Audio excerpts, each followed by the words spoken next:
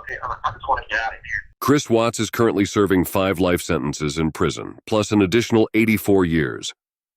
Despite his crimes taking place in Colorado, he is incarcerated in a maximum security prison in Wisconsin. Given his sentence without the possibility of parole, Chris Watts will never leave jail. The district attorney agreed to eliminate the death penalty in exchange for his guilty plea. A source in connection with Watts, since his incarceration, told People magazine that he lives a bleak life. He spends 23 hours a day in lockdown, and his quality of life is extremely low. The source added that Watts is constantly haunted by his past and the mistakes he has made. Former inmates have described how unpopular Watts is in prison due to the horrific nature of his crimes. According to former inmate Eddie Neves, Watts is a target, and the other inmates strongly dislike him. Neves told New York Post, "When you're in prison with a lot of guys who did really bad things, but you're still considered the worst person there, you're just evil. If the guards weren't always around, everyone would take a swing at him. Because of the hatred towards him, it's believed Chris Watts lives in constant fear, so he keeps to himself." Watts was transferred to the Wisconsin prison for security reasons and remains there to this day. He is housed in the general prison population and is allowed to exercise once or twice a day from Monday to Friday. According to an inmate visitation history document, Anna Nowak is one of Watts' approved visitors at Dodge Correctional Institution in Wisconsin. She visits almost weekly and was turned away in April 2019 for exceeding the maximum number of visits per day. Watts is said to have received letters from multiple women over the years, feeding his ego and giving him something to do. He has become a self-proclaimed man of God and keeps a Bible in his cell. Despite the horrific nature of his crimes, Watts continues to hold on to hope that he will one day get out of prison. He states in the following phone call with a private investigator and his girlfriend Anna that he knows God has a plan for him. Hey buddy, how's it going? Not too bad. Thanks for taking the call. Yeah, is it just you, or is Anna on also? I'm here too. All right, cool. All right, so just talk to me. I don't want to be the one monopolizing the conversation. So tell me what you want to know from me, or just tell me what's on your heart. Well, just going in the law library as much as I have, I see a lot of cases. I've heard a lot of cases around here, guys. I've seen a lot of cases where the DA or the judge have had a lot of misconduct, but the judge has ruled, say, well, it's not egregious enough, or it's not that that wow factor enough to really sway in the defendant's favor. I'm looking at the things that I know. I mean, I've never dealt with the law before, but all this. I mean, I'm winging it in the law library as I am. And, God directed me through little things like, through the poisonous tree, the Brady law, and different cases that, just they pop out of nowhere, but I know what God is putting in front of me. And I see all these things that relate to my case. I just don't know, how to frame this where, like when I do this 35C, I've had this paperwork with me for probably a couple months, and I know I only have a year left to appeal some of those Class B and C felonies at a 3-year limit or 2-year limit, and I really want to figure this out where I can do it in the right time frame, but also not rushing anything. And I just want to get out of here.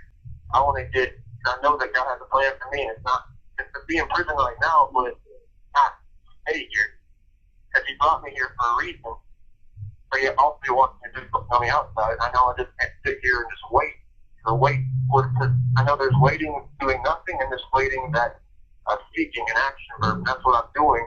But I also want to know what action to take, because I have no intellect when it comes to the law. But I know He can teach me, and that's what I'm just waiting for. Things to fall into place. I still know how to do it. I got you.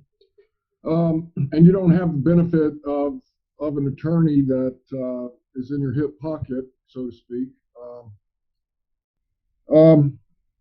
Okay, I've got a couple attorneys here I can talk to that can maybe help get some good results, get some good advice for you in terms of forms and what to say, things like that.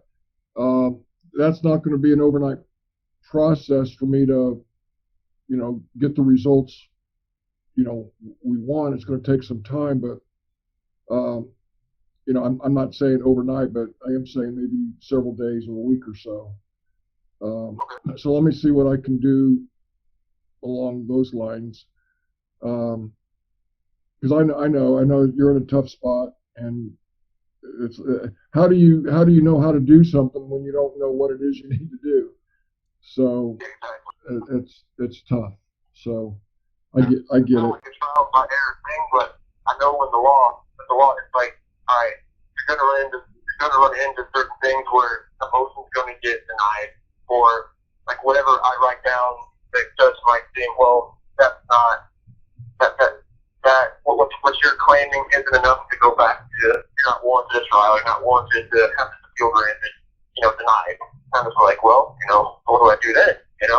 Yeah. And I don't want to get disheartened when that happens. I know it'll probably happen at some point. So not all motions are all appeals or granted right off the bat. That's why I want to make sure I write this the right way.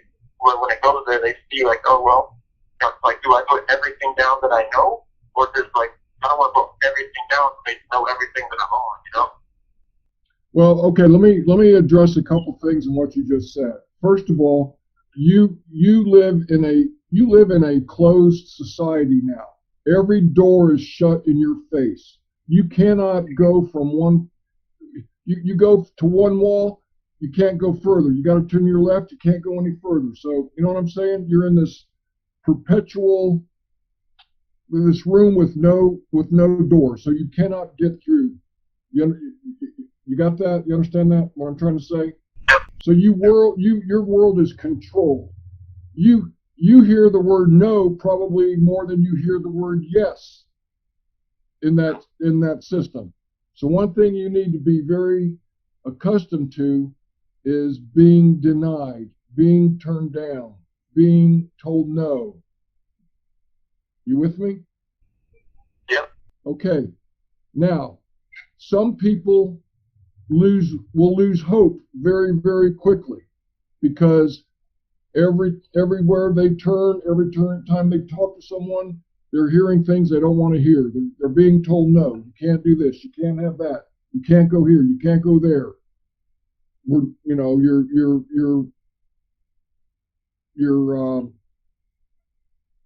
Whatever legal action you're trying to do.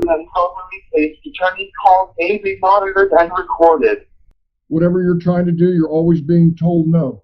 What you can't do is allow yourself to lose hope. Don't take no for an answer. And don't give up the first time you're told no. You understand? Yeah. So the key in all this is you got to be strong. You got to be physically strong. You got to be mentally strong. And you've got to understand that, you know what? You're the underdog, but underdogs can win. They can be a dog in the fight. So I want you to get this attitude that no matter what you do, we're not going to take no for an answer. They tell us no, we're going to try again. They tell us no again, we're going to try again. You've just got to keep persevering and don't lose hope, okay? Because I tell you what, you lose hope, you lose your life. All right? So just keep a positive attitude about all that, and don't take any steps back. Just keep moving forward. Even if it's a small step, move forward and not backward. Okay? Okay. Just like in my devotional today, it was mentioned Esther. It was a door of hope, and the Lord was speaking to Esther, and she was saying to the Lord, I've led you to the wilderness, but I will plant in that wilderness vineyards. If you go through the valley of Coercion, which is the valley of trouble, I will put a door of hope. So even though you're in a wilderness, you're going to plant vineyards in that wilderness. Though you're in the valley of trouble, there's going to be a door of hope in that trouble. That's great. Well, I'm proud of you. Good job. Keep that up. Keep your nose in that book too. I will. Yeah. So, Chris, what were you saying before we got cut off about when he asked, I can't remember what it was, but you were talking about the evidence and your confession that wasn't true. Well, I just know that, like, I've never experienced anything like this before. Like, from the tragedy that happened, from the law enforcement to the interrogation, the jail, the prison, all this was new. All this was new. And I know that even though I've never had something like this happen before, I knew the shock and the trauma was there in my mind. I didn't know how to process it. Every question that they asked me, I was just agreeing with them and just going along with what they said, because I was like, well, I guess we got to tell them something. And even when they came here to prison and interrogated me, they were in the street clothes acting like they didn't, they were just talking to me, when in retrospect they were actually interrogating me again. And I know for a fact that, that interrogation and I used, because they were here in Wisconsin, and they're all Colorado based. So all that is like null and void, but still, they're going to try to use all this stuff against me. But I know that from that interrogation to the first one, and all that was like a coercive type psychological intimidation of someone that, had never been in that situation before, and they just used that to their advantage. Well, Chris, what you witnessed firsthand is is a game. It's like getting back to the old biblical days where you've got the big Roman soldier in the pen with the little guy, and you're fighting for your life, and you don't know what to expect, but that's a terrible analogy, and I'm sorry, but I'm just saying, you just didn't know what was going on, and it's a game. That's what I tell so many people. This is a game that they're playing. You are the prey. They're the hunter.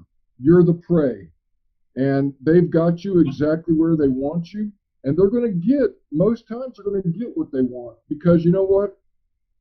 They keep you for hours. They deprive you of your basic needs. And as every second that you're with them in that chair and they're bearing down on you, your mind is actually deteriorating. Your mind is playing games against you. And that's why we have so many times where people give confessions for things that they just did not do. And it's because, you know what? They want to get out of there. They want to just tell them what they need to know, what they're asking, what they're interested in, so they can get out and go home. Well, you know what? Guess what doesn't happen? They don't go home. And their life is forever changed. So it's... Yeah, it was like after I told them what they wanted to hear, then they offered me food. Exactly. So strange. But the thing I know, like where you're talking about playing a game, is when the CBI agent and the FBI agent, like when the CBI person, the woman, when she like questioned me for hours, and then after those hours of interrogation, she puts me on a polygraph. And then I'm like, exhausted at this point. And then after that, like, I'm sitting in there alone, and I hear them. It's because the film intercom doesn't pick it up. And I hear them outside the door. The FBI agent comes up to, "Oh, how did you do?" And she said, "Oh, he did pretty good, but I think we get some more out of him." And they come in with this game face and say, "Okay, you lied." I'm thinking to myself, wait, I thought you just said it pretty good. And I didn't question about it. I just believe what she said, and they said I made it. But I know for a fact she said, you did pretty good, but I think we get some more out of him. I'm just like, I'll only think about this stuff way after it happens. All right, Chris. Wow. Chris, that's a little game, and I can tell you for a fact that they did not administer the polygraph in the proper way. You should have been on the top of your game, mentally, physically, spiritually, when they gave you that polygraph. You should have had a good night's rest. You should have before they gave you that polygraph. So I don't trust the polygraph. I don't trust the results, and they use that as a hammer over your head to scare you, because the polygraph scares everyone because of its reputation. We can talk more about that later. Yeah. Well, thank you for taking another call. I think got like 30 seconds left, but God can lead me on how to write this thing up to get it back. And I just thank you for helping me and just go into that discovery. I mean, you don't have to do it, but you're doing it. And I just believe that you got some information on your heart that's really gonna break this thing open too. Good. We're with you. All right, he got cut off. All right. Okay.